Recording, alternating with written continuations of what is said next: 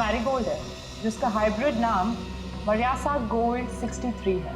ये वैरायटी पूरे साल पैदा होती है और धानीखेत में पाई जाती है। धानीखेत? चलो कम से कम ये तो पता चल गया कि खून कहाँ हुआ है।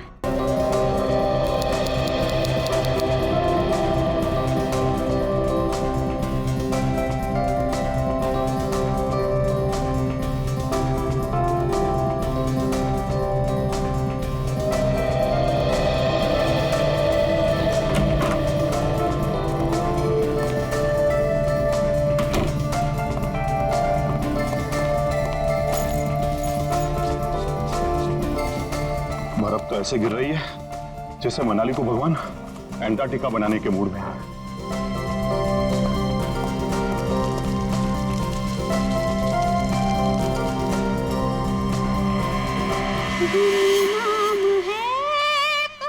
घर में तो कोई नहीं, फिर ये म्यूजिक किसने चलाया?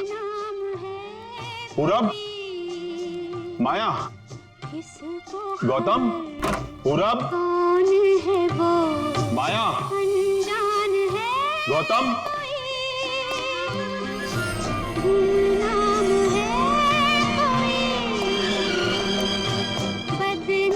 अगर बच्चे नहीं है तो फिर कौन है? कौन है यहां? कौन है?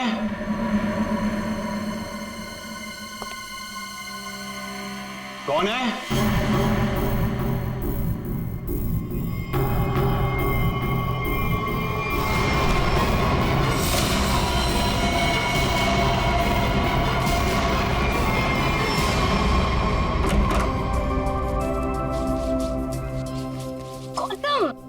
इधर मत कर।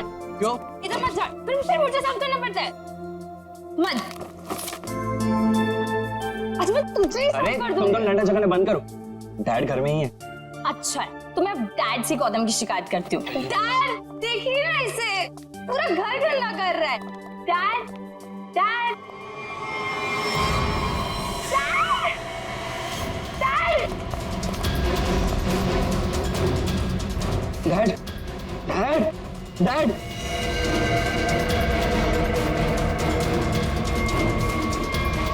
Dad is no more.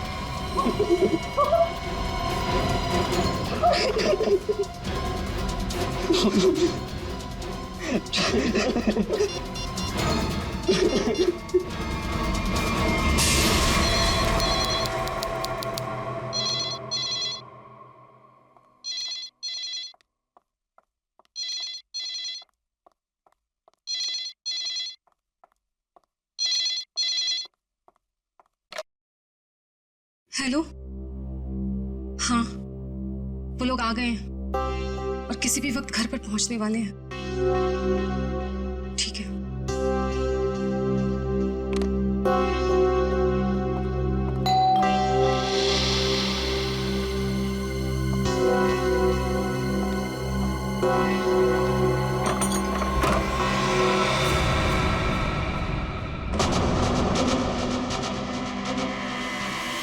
Oh my God! क्या हुआ किलोरी? आगे बोलो। वो लोग तो नहीं आए, लेकिन ये ताबूत कोई छोड़कर गया है और कोई यहाँ दिख भी नहीं रहा। ये जगन का ताबूत होगा, लेकिन ये तो बच्चे लेकर आने वाले थे। हाँ, पर बच्चे तो यहाँ नहीं है। जब मैंने दरवाजा खोला तो बस ये ताबूत यहाँ रखा था। तुम एक काम करो, पूरब को फोन करो, पूछो कहाँ है वो लोग। हाँ।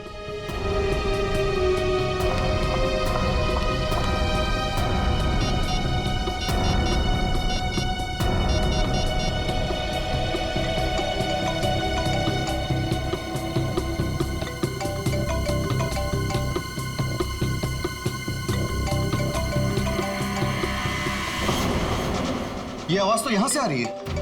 कॉफिन के अंदर से आवाज आ रही है।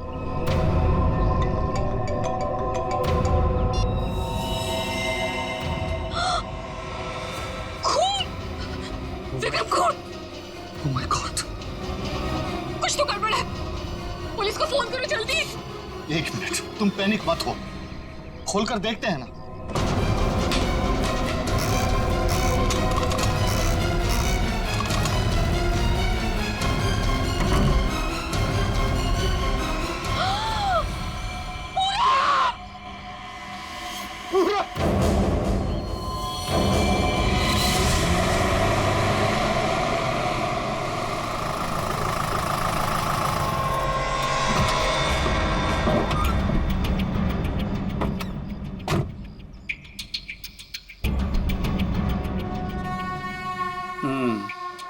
काम हो गया।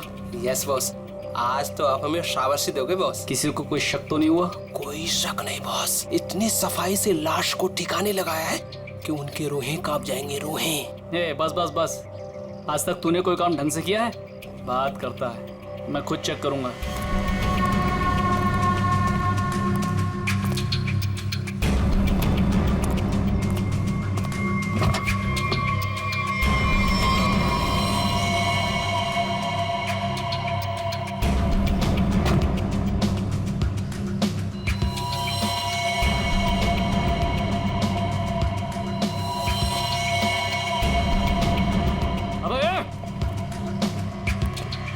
क्या हुआ बॉस?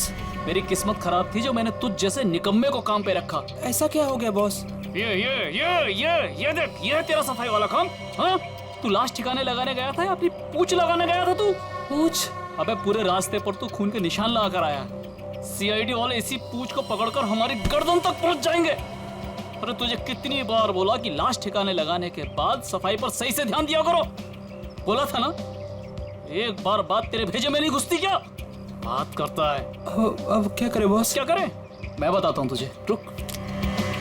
मन तो करता है ना तेरा खून भी इसी रास्ते पर बहा दूं। अरे शक्ल क्या देख रहा मेरी? ये मुसीबत को ठिकाने लगा और सफाई वही कर। जी बॉस। चल बॉस चल, खुद भी मरोगे और मुझे भी मरवाओगे।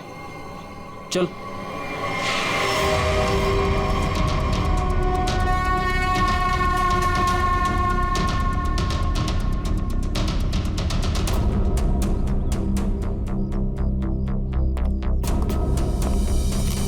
क्या संबंध क्या है आपका लाश के साथ? जी वो मेरा बड़ा बेटा था, अपने पापा की लाश लेकर आने वाला था और खुद ही। क्या इसका क्या मतलब क्या है? मतलब ये कि इसके पति 2 दिन पहले ही मर गए थे हार्ट अटैक से, और जिसकी लाश पड़ी है पूरा, वो अपने पिताजी के पार्थिव शरीर को लेकर यहाँ आने वाला था, भाई और बहन के साथ। भाई और बहन वो कहाँ है अभी? वो भी गायब है, उनका फोन तक नहीं लग रहा है। कहाँ से आ रहे थे वो लोग? एयरपोर्ट से। थोड़ी देर पहले ही उनकी फ्लाइट लैंड हुई थी, लेकिन वो लोग तो यहाँ नहीं पहुंचे, सिर्फ कॉफिन पहुंचा, वो भी पूरब के लाश के साथ। ये लो, मतलब बीच रास्ते में किसी ने कांड कर दिया। वैसे आपका क्या संबंध है जगन के साथ? कोई रिश्ता नहीं। मतलब? ये मेरे पति है। अच्छा अच्छा, मतलब दूसरी शादी है ये? एक बात बताइए, ये पूरब इनकी एक्स हस्बैंड की लाश को लेकर इनके करंट हस्बैंड के घर क्यों आ रहा था? है? ये मेरा घर नहीं है, ये किलोरी का घर है। मतलब आप घर जमाई हैं? जी। खैर ये तो आपका निजी मामला है। आप ये बताइए कि ये लोग कहाँ से आ रहे थे और एयरपोर्ट पे इन्हें कौन रिसीव करने वाला था? जगन हमारे 3 बच्चों के साथ मनाली में रहते थे। 2 दिन पहले पूरब का फोन आया कि हार्ट अटैक से उनकी मृत्यु हो गई है। मैंने पूरब को बोला कि उनके अंतिम संस्कार के लिए वो उन्हें यहाँ ले आए। एयरपोर्ट पे वो जैसे ही उतरे, वहां से उन्होंने एक प्राइवेट टैक्सी ली यहाँ आने के लिए, और उसके बाद। प्लीज आप मेरे दोनों बच्चों को ढूंढ निकालिए। माया और गौतम कहाँ है, कुछ पता नहीं चल रहा। देखिए आप चिंता मत करिए, हम उन्हें जल्दी ढूंढ निकालेंगे।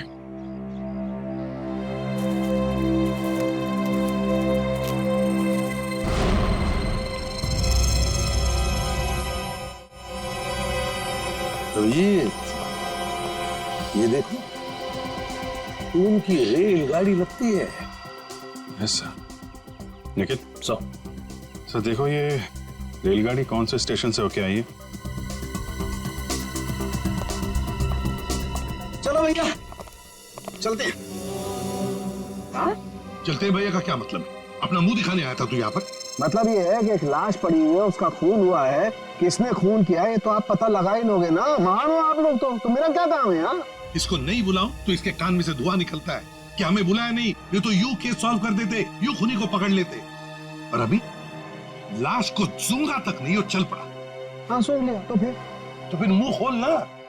लाश को सूंघने के बाद क्या पता चला ये बताने के बगैर सरपट भागे क्यों जा रहा है? देख फारूक, दो बच्चे गायब है इस औरत के, दो बच्चे, और ऊपर से बाप की लाश भी गायब है। लाश गायब है तो मैं क्या करूं? लाश बन के लेट जाऊं यहाँ पर? लाश ढूंढना आप लोगों का काम है, तो ढूंढो ना। पूछो किसी से, ढूंढो ये कैस्केट कहाँ से आया था। मैं क्या करूंगा इसमें? अच्छा तू जा। ठीक है। अरे एक मिनट सर, हमें इस केस में आपकी जरूरत है। आप देखो भैया, वो तो हर केस में तुम लोगों को मेरी जरूरत पड़ती है, पर तुम लोग मानते कहाँ हो? यार छोड़ो इसको। अरे सर प्लीज एक मिनट। अरे सारुंके साहब, आप अपने ज्ञान का प्रकाश डालिए ना इस केस पे। इसके चेहरे पर अंधेरा छाया, ये क्या प्रकाश डालेगा? तुम बोला? नहीं, ये हमारे आपस की बात है, तुम लगे रहो। ये ताबूत कहाँ से आया? ये लो, एयरपोर्ट से। अरे तो एयरपोर्ट जाओ ना यार, यहाँ क्या कर रहे हो तुम लोग? तो जाएंगे ना साळुंखे जी, पर आप क्यों मैदान छोड़ के भाग रहे हो? भाभी, आपके हस्बैंड की लाश आ गई। नहीं, मेरे बेटे की लाश आई है। क्या कह रही हैं आप?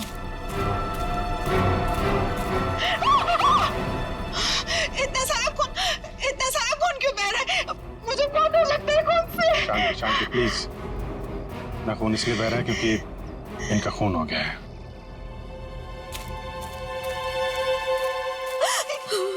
क्या कह रहे हैं? पूरब का खून हो गया भाभी। वैसे आप, ये मेरी बहन है और किलोरी की ननद। लेकिन भाभी, इसमें पूरब की लाश है तो आपके हस्बैंड की लाश कहाँ है? साळुंखे, अगर 5 साल के बच्चे की तरह मुंह बना के नखरे नहीं करता ना, तो अब तक कोई सुराग मिल जाता तुझे। भैया, ये नाक के अंदर छोटे छोटे दाने दिखाई दे रहे हैं ना, शायद यही एड्रेस। किसका? उनके हस्बैंड की लाश का। अरे तुम लोग कर क्या रहे हो? आज फिर किसी पैसेंजर का लगेज मिसिंग हो गया। तुम लोगों की वजह से किसी दिन गवर्नमेंट मुझे इस ऑफिस से मिसिंग कर देगी। ठीक से काम करो। Yes sir.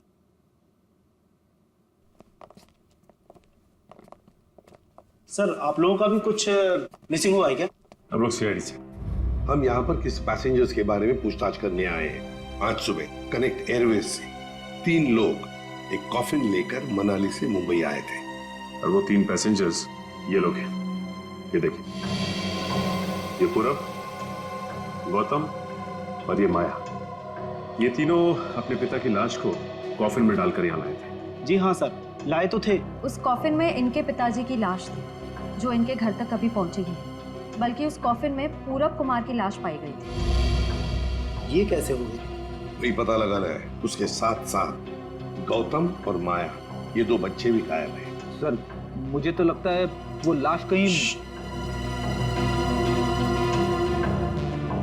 एक बात बताइए, क्या इन तीनों को कॉफिन के साथ कोई रिसीव करने के लिए आया था? नहीं सर। अच्छा, एक काम कीजिए, आपके स्टाफ ने तो मदद की होगी ना कॉफिन को उनके गाड़ी तक पहुंचाने के लिए। जी सर। जरा उनको बुलाइए। जी सर, मैं बुलाता हूँ। हाँ। चंदन और बिहान को जल्दी अंदर भेजो।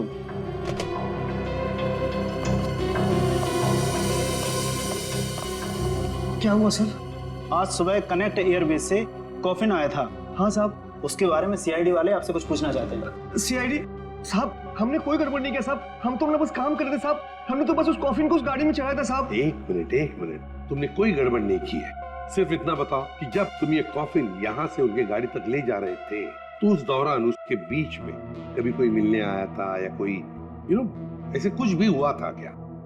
हाँ साहब, हम उन तीनों को लेकर जब यहाँ से बाहर निकले, उनके साथ जो लड़की थी ना, उसको एक फोन आया सर। पता नहीं क्या बात हुई, फिर वो अचानक से कहने लगी, पार्किंग में एक नीली वैन खड़ी है, ये कॉफिन वहां ले चलो।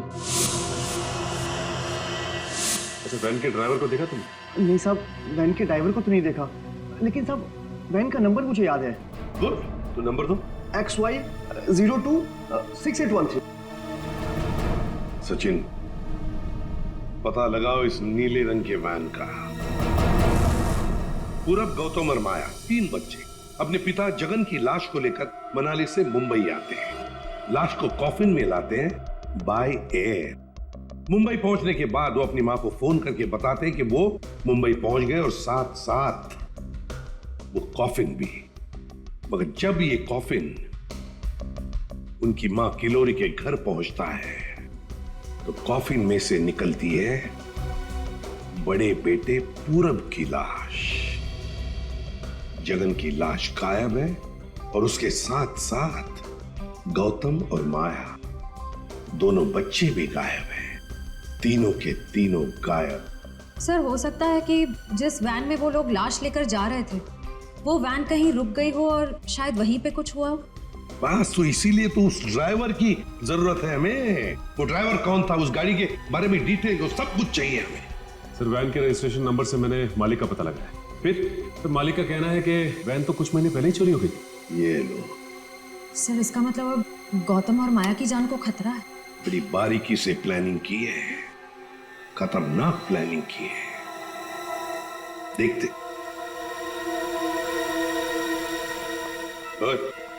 अंकित, कुछ मिला? हाँ बस, ये देखो, ये मिट्टी कॉफिन के नीचे लगी है। इस मिट्टी में इस कॉफिन का पता। मिट्टी में पता? हमें तो नहीं दिखा। उसके लिए सालूखे की नजर चाहिए। सड़के, कॉफिन का पता तो हम लगा ही लेंगे, पर पूरब की लाश इस कॉफिन में आई कहां से? ये पूरब की नाक बताएगी बॉस।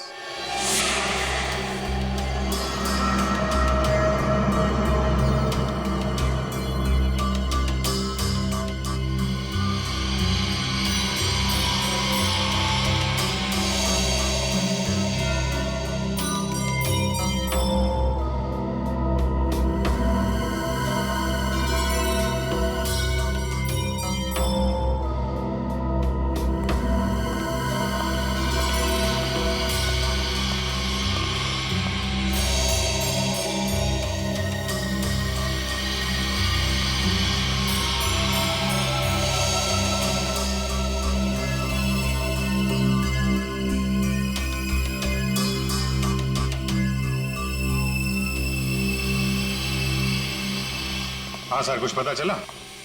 भाई अभी तक तो शक पर ही काम कर रहा है। शक दूर नहीं हुआ? हो गया, शक दूर हो गया। मुझे इसकी नाक में से पोलन्स मिले, पराग कण। सालुंके साहब, वो कैसे पता चला? फॉरेंसिक पोलिनोलॉजी से। सालुंके साहब, ये क्या है? रेडी, ये फॉरेंसिक साइंस की एक अलग टेक्निक है। सर इसमें क्या होता है?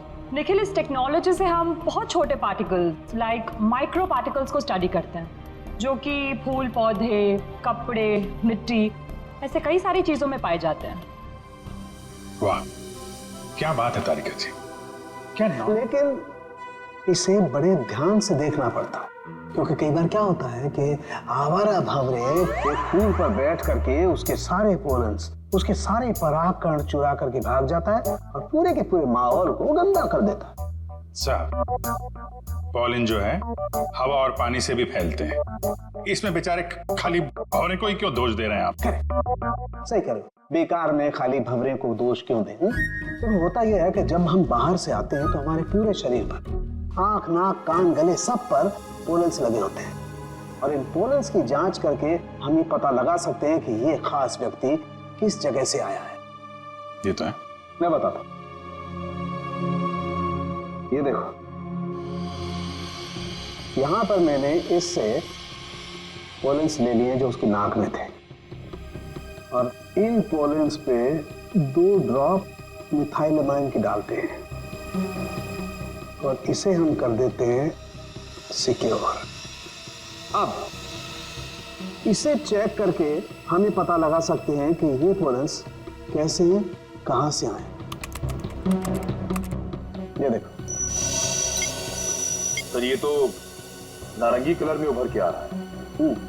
और अब इस आकार को हम हमारे डाटा के सैंपल से मैच करके देखेंगे, ताकि पता लग सके कि ये पोलन किस टाइप का है। करके जरा मैच। हाँ।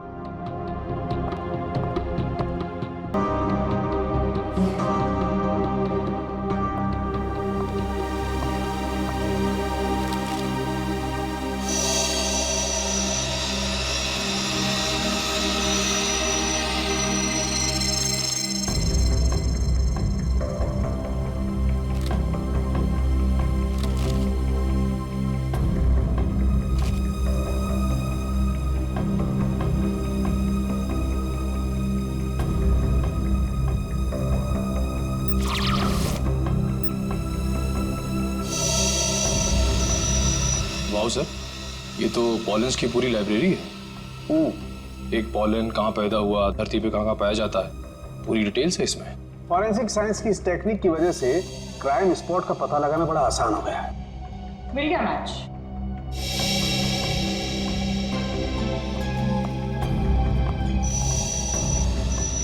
ये मैरीगोल्ड है जिसका हाइब्रिड नाम मरियासा गोल्ड 63 है। ये वैरायटी पूरे साल पैदा होती है और धानीखेत में पाई जाती है। धानीखेत? चलो कम से कम ये तो पता चल गया कि खून कहाँ हुआ है। सर यही है धानीखेत सर। फिर वैन यहीं पर लाया गया था। ये टायर मार्क्स तो हैं सर यहाँ पे।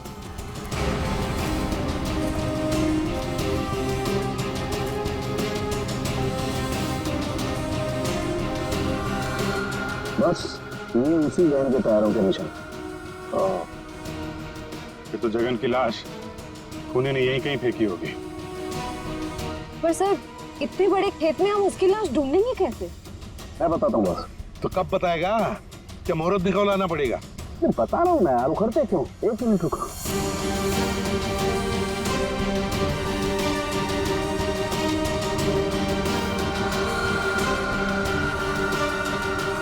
ये देखो, ये मैंने फूल के पोले निकाले। अभी मैं जिस दिशा में उड़ाऊंगा अभी उड़ करके जहाँ जाएंगे समझ लो फूल भी उसी दिशा में उड़ा है। लेकिन सर यहाँ तो हवा ना के बराबर है, ये कैसे पता चलेगा कि हवा किस डायरेक्शन में है? ये मुर्गा बताएगा। मुर्गा? हाँ निखिल, मुर्गा। ये मुर्गा है ना, किसान लोग अपने खेत में अक्सर लगाते हैं। इस मुर्गे से पता चलता है हवा का रुख कहाँ पर है। जिस तरफ हवा चलती है ना उस तरफ ये मुर्गा मुड़ता है और इसका फायदा होता है पेस्टिसाइड डालने में हवा के हिसाब से। उस तरफ देखते हैं सर। हाँ चलो देखो जरा आसपास कुछ दिखता है क्या? सर? हाँ सर, वहां पे कोई लेटा है। चलो देखते हैं।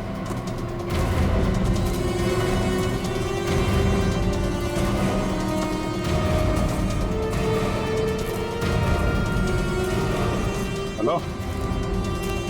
ओ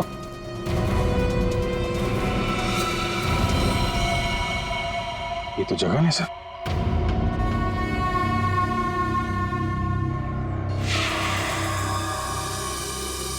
देखिए, जगन की लाश हमें गेंदे के खेत में से मिली। क्या बता सकते हैं ऐसा कौन कर सकता है? कौन मार सकता है जगन को? कौन मार सकता है आपके बेटे को? है किसी पर शक आपको? किसी के साथ उनकी कोई दुश्मनी थी? है? मुझे किसी पर शक नहीं। तो कहीं ये मामला प्रॉपर्टी से रिलेटेड तो नहीं? हम पर क्यों शक कर रहे हैं? क्यों नहीं? जगन जी अमीर आदमी थे, मनाली में सेब के बाग थे, जमीन जायदाद थी। उनके मरने से और पूरब के मरने से और दोनों बच्चों के गायब होने के बाद प्रॉपर्टी तो आप लोगों को ही मिलने वाली है ना? देखिए सर, आपको बहुत बड़ी गलतफहमी हो रही है। हमें तो ये भी नहीं पता था कि जगन के पास इतनी प्रॉपर्टी है, सेब के बागान है और वैसे भी मेरी अच्छी खासी नौकरी है, अच्छी खासी कमाई है। मुझे और क्या चाहिए जिंदगी में? और मेरा तो इन सब से कुछ लेना देना ही नहीं है, मुझे तो प्लीज दूर ही रखिए। देखिए, मैं अपनी फैमिली और अपनी वाइफ से बहुत खुश हूँ, मुझे और कुछ नहीं चाहिए।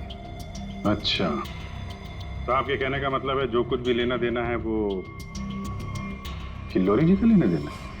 देखिए सर, आप लोग मेरे बच्चों को ढूंढने के बजाय मुझ पर और मेरे परिवार पर शक कर रहे हैं। नहीं नहीं नहीं नहीं नहीं किल्लोरी जी, हम आप लोगों पर कोई इल्जाम नहीं लगा रहे किल्लोरी जी। हम तो बस सच्चाई जानने की कोशिश कर रहे हैं। जैसे एक बात जरूर कहूंगा आप लोगों को, सच्चाई आपके लिए बहुत फायदेमंद होगी।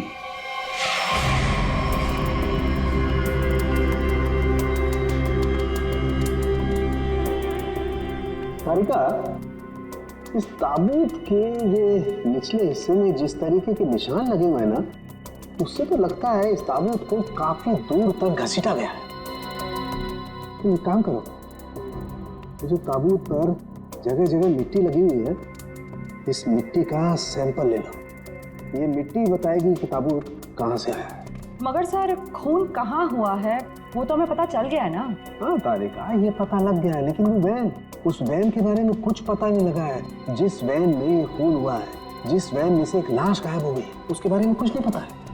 एक काम करो, इस मिट्टी का सैंपल ले लो, फिर इस मिट्टी को हम बॉम्बे के सॉइल मैप से मैच करके देखेंगे। लेकिन सर मुंबई के सॉइल मैप की कौन सी मिट्टी का फैलाव कहाँ तक है ये हमें कैसे पता चलेगा? You trust me? कॉज तो फिर सैंपल ले लो, पता लगेगा, बिलीव मी।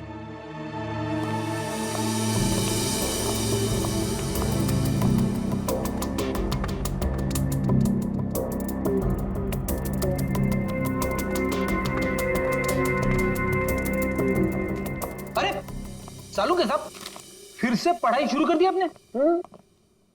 भाई क्या करें, तुम लोगों की मदद करने के लिए पढ़ाई तो करनी पड़ेगी। अरे लेकिन ऐसा है क्या इस ताबूत में जो इतनी मोटी किताब की जरूरत पड़ गई? इस पढ़ाई की जरूरत क्यों पड़ी, ताबूत बताएगा। वो कैसे? कॉफिन में मिले इस मिट्टी का हम सेडिमेंटेशन टेक्निक से एनालिसिस करेंगे, उससे सब पता चल जाएगा।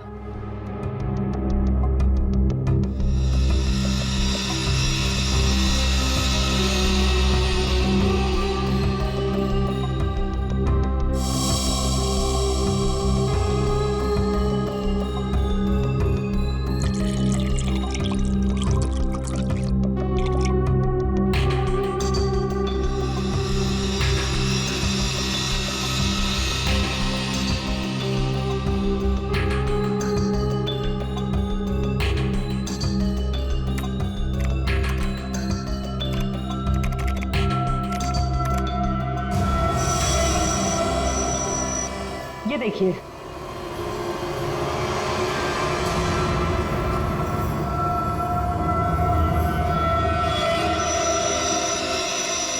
ये तो घास जैसा कुछ लग रहा है। देखना, अब देखो, ये घास नहीं है, ये मोलासिस है, गन्ने के वेस्ट से जो निकलती है, जहां पर गुड़ बनता है। मतलब ये ताबूत वहां पे ले जाया गया था जहां पे गन्ने से गुड़ बनाया जाता है, शुगर फैक्ट्री। सिर्फ मुंबई के आसपास 2-4 शुगर फैक्ट्रीज हैं। अच्छा सालुका साहब, ये मिट्टी किस एरिया की है, कुछ पता चल सकता है? हाँ बिल्कुल पता लग सकता है।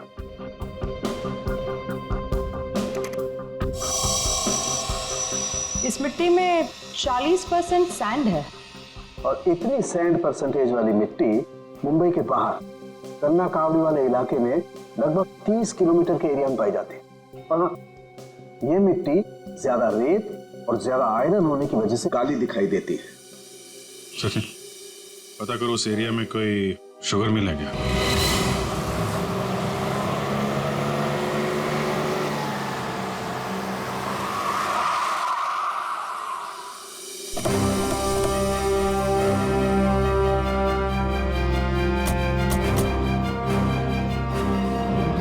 चंगनलाल शुगर मिल।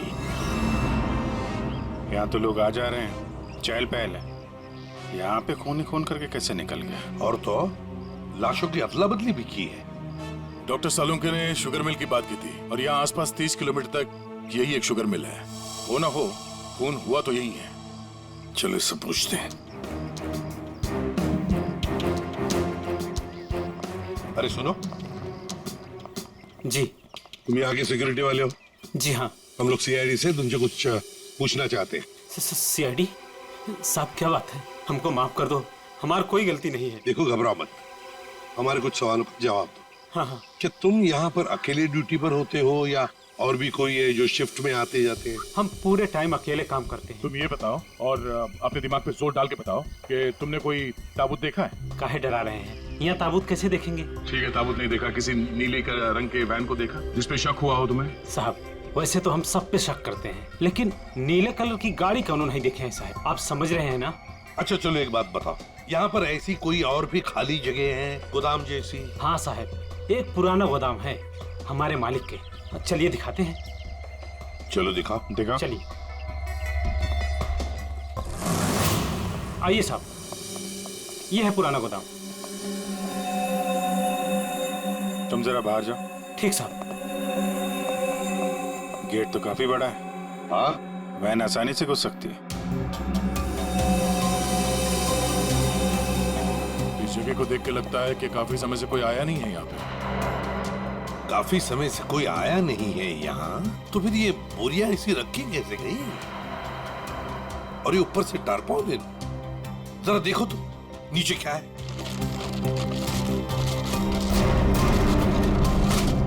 ये देखा?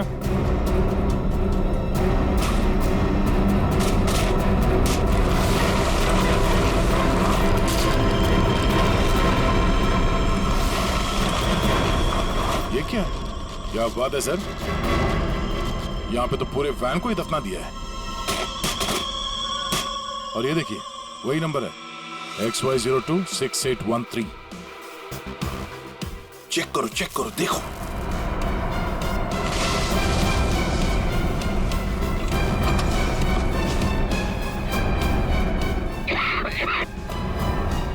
माय गॉड, इतना सारा खून। लगता है 24 घंटे से ज्यादा पुराना है। अभिजीत, लाश इसी वैन में से ले जाई गई है। काम करते हैं, पूरी की पूरी वैन को फॉरेंसिक लैब भेजते हैं।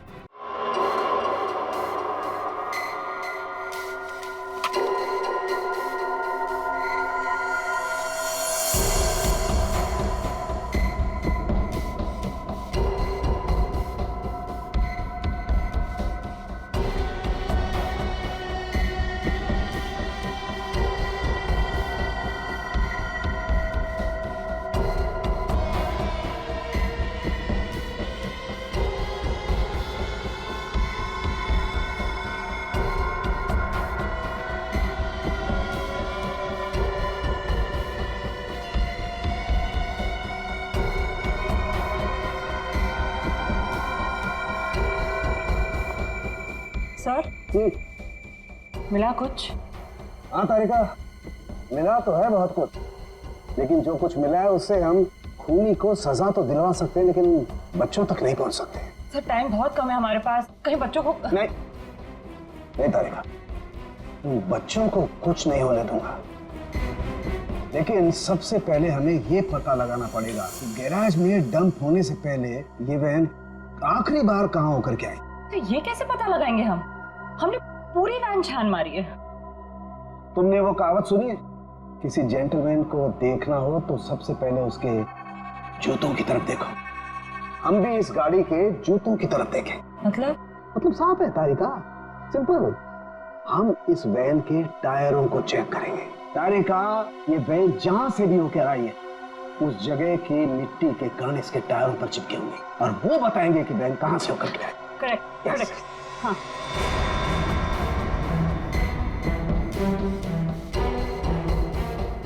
सर, एक कोर्सा पता क्यों दिशा? हाँ सर, अभी देते हैं।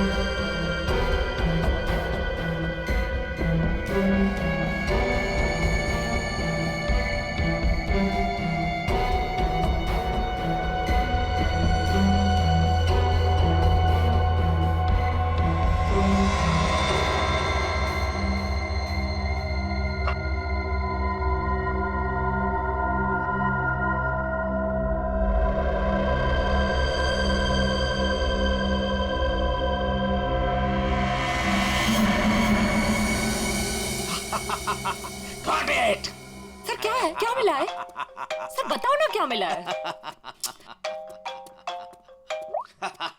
हेलो। हाँ तारिका जी। हाँ अभिजीत, उस वैन में से कुछ एविडेंस मिला? हाँ मिला तो है, लेकिन मुझे नहीं पता क्या मिला है। सर बता ही नहीं रहे। अरे क्यों? डॉक्टर साहब हैं कहाँ? यहीं पे हैं, कूद रहे हैं, गॉटेड कर रहे हैं। अरे उन्हें ऐसा क्या मिल गया कि जो बरसात के मेढक की तरह कूद रहे हैं? पता नहीं, मुझे कुछ नहीं बता रहे, तुम ही बात कर लो। सर। हाँ अभिजीत। ओ अभिजीत, आज भाई साहब। भैया, वो मैसेंजर हमें मिल गया है जो हमें गौतम और माया का पता बताएगा। क्या सफेद रंग का एरो बनाया है पेड़ पे? अच्छा ठीक है, ढूंढेंगे। और वैसे वहां पोजीशन क्या है? यहाँ की सिचुएशन तो कंट्रोल में है, लेकिन हमारे सामने जो नजारा है उसे देखकर तो हमारे होश ही उड़ गए हैं सर। कोई बात नहीं, हम लोग पहुंच जाएंगे जल्दी। क्या कह रही है श्रेया? सब ठीक है सर? कह रही है कि वहां पे नजारा ऐसा है कि जमीन खिसक जाएगी पैरों के नीचे से। सर हमें जल्द से जल्द वहाँ पहुँचना होगा, पर लोग बहुत कम है, कहीं हाथ से निकल ना जाए। आप लोग कोई बताएंगे क्या हो रहा है? कैसे है मेरे बच्चे? ठीक तो है? प्लीज कुछ बताइए। मैम जरा धीरज रखिए, सब कुछ पता चल जाएगा। कुछ बताया होगा ना फोन पे उसने। आखिर हमारे बच्चे मिले कि नहीं मिले, कुछ तो मालूम होगा ना। देखिए अभी कहने सुनने से कुछ नहीं होगा, जो भी है वहाँ पे चलने के बाद ही पता चलेगा। अरे पता तो तब चलेगा जब वहाँ पहुँचेंगे। अगर भालू शेर चीतों को पता चल गया ना कि हम लोग यहाँ हैं, तो दुनिया में किसी को हमारा पता नहीं चलेगा। आप फिक्र मत कीजिए प्रीति जी, आजकल इंसान जानवरों से ज्यादा खतरनाक हो गया। हो सकता है वो आपको देख के भाग जाए। अरे उन्हें चिल्लम चिल्ली की आदत नहीं है, जरा शांत रहिए आप। क्या? एक मिनट। पूरे श्रेया, वो सफेद निशान वाला पेड़ मिल गया। सर उस पेड़ से राइट लेकर 200 मीटर स्ट्रेट आ जाइए। 200 मीटर राइट में। चलिए जल्दी चलिए। कोई मुझे बताएगा हो क्या रहा है? मेरा दिल बैठा जा रहा है, कहीं मेरे गौतम और माया को कुछ हो तो नहीं गया? बस बस, और नहीं चला जाता, अब नहीं चल पाऊंगी। देखिए पीछे छूटने वालों को जानवर छोड़ते नहीं है, लंच या डिनर में खा लेते हैं। नहीं, मैं आगे जाती हूँ ना, आप लोग मुझे फॉलो करिए।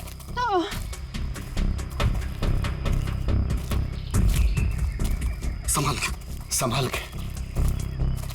आश्रया सर वो देखिए सर।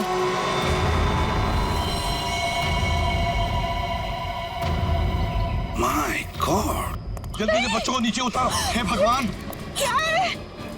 चल के। ये क्या मजाक है सर? जब आप लोगों ने देखा कि ये लोग यहाँ आए थे, इन्हें छुड़वाया क्यों नहीं, नीचे क्यों नहीं उतारा सर? बचा लो मेरे बच्चों को। श्रेया संभाल। माया घबराओ मत।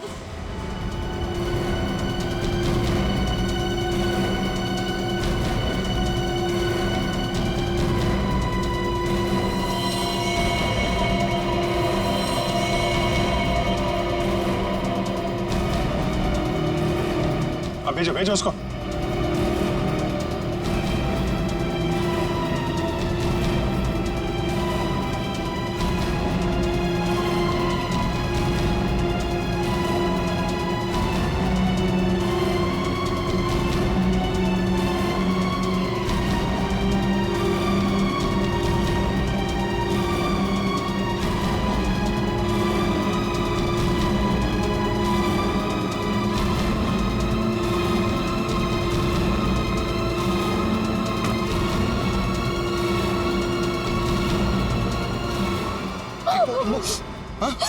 तुम लोग ठीक हो ना?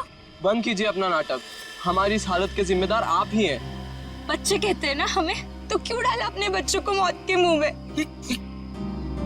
तो अच्छा हुआ सीआईडी टाइम पे आ गई, वरना आपने भैया की तरह हमें भी मार दिया होता। क्यों खिलोरी जी, ये बात क्या है? बच्चे आप ही पर इल्जाम लगा रहे। मुझे भी कुछ समझ में नहीं आ रहा है। मैं तो इन लोगों से इतना प्यार करती हूँ, मैं क्यों मारूंगी इन लोगों को? बात तो सही है, सवाल जायज है। एक माँ अपने ही बच्चों के साथ ऐसे कैसे कर सकती है? देखिए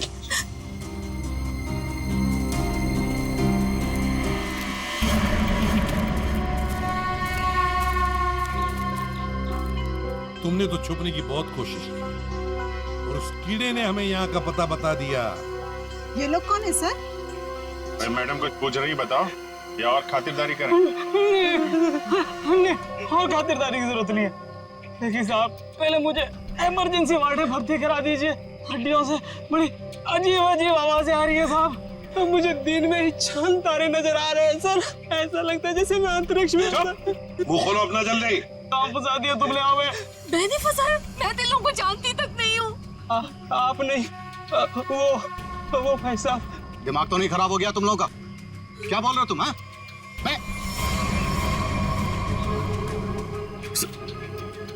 वाकई आप मल्टी टैलेंटेड हैं। Husband come kidnapper come murder, all in one. क्या बात है? विक्रम तुम? भैया क्यों किया तुमने ये सब? और क्या करता? इसके तीनों बच्चे मेरे छाती पे सांप की तरह लौट रहे थे। विक्रम, तुमने बोला था कि तुम हमारे बच्चों को मुझसे भी ज्यादा प्यार करोगे, और तुमने मेरे एक बेटे को मार दिया और बाकी दो को मारने की साजिश की। जिस मकसद के लिए मैंने तुम्हें फंसाया उस पर तुमने पानी फेर दिया। तुम्हें फंसाने का मेरा सिर्फ एक ही मकसद था, तुम्हारी प्रॉपर्टी, तुम्हारा पैसा। लेकिन तुमने अपनी सारी प्रॉपर्टी अपने बच्चों के नाम कर दी। क्या करता मैं? और तो और तुम अपने पुराने पति से भी मिलने जाती थी। तुमने कभी सोचा कि मेरे अंदर क्या होता था? मैंने एक दिन डिसाइड कर लिया, तुम्हारी पुरानी फैमिली को ही तुम्हारे रास्ते से हटा दूंगा। और इसीलिए सबसे पहले तुमने जगन को रास्ते से हटाया, क्यों? हाँ, इसलिए मैंने अपने रास्ते से सबसे पहले अपने पहले कांटे को हटाया, जगन को। अपनी पत्नी को झूठ बोला कि मैं बॉम्बे से बाहर जा रहा हूं, और एक दिन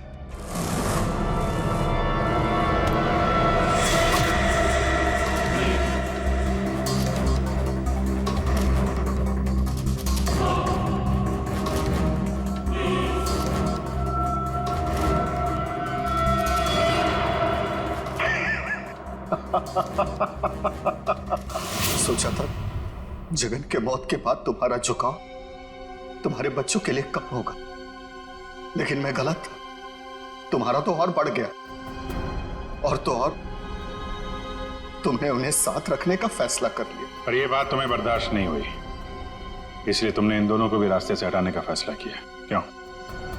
विक्रम, मैंने तुम पर इतना भरोसा किया, तुमने सब बर्बाद कर दिया। मैं तुमसे नफरत करती हूँ, नफरत। जायदाद की लालच में आके तुमने जो मौत का खेल खेला है उसका अंजाम भी मौत है। फांसी होगी तुम्हें, फांसी।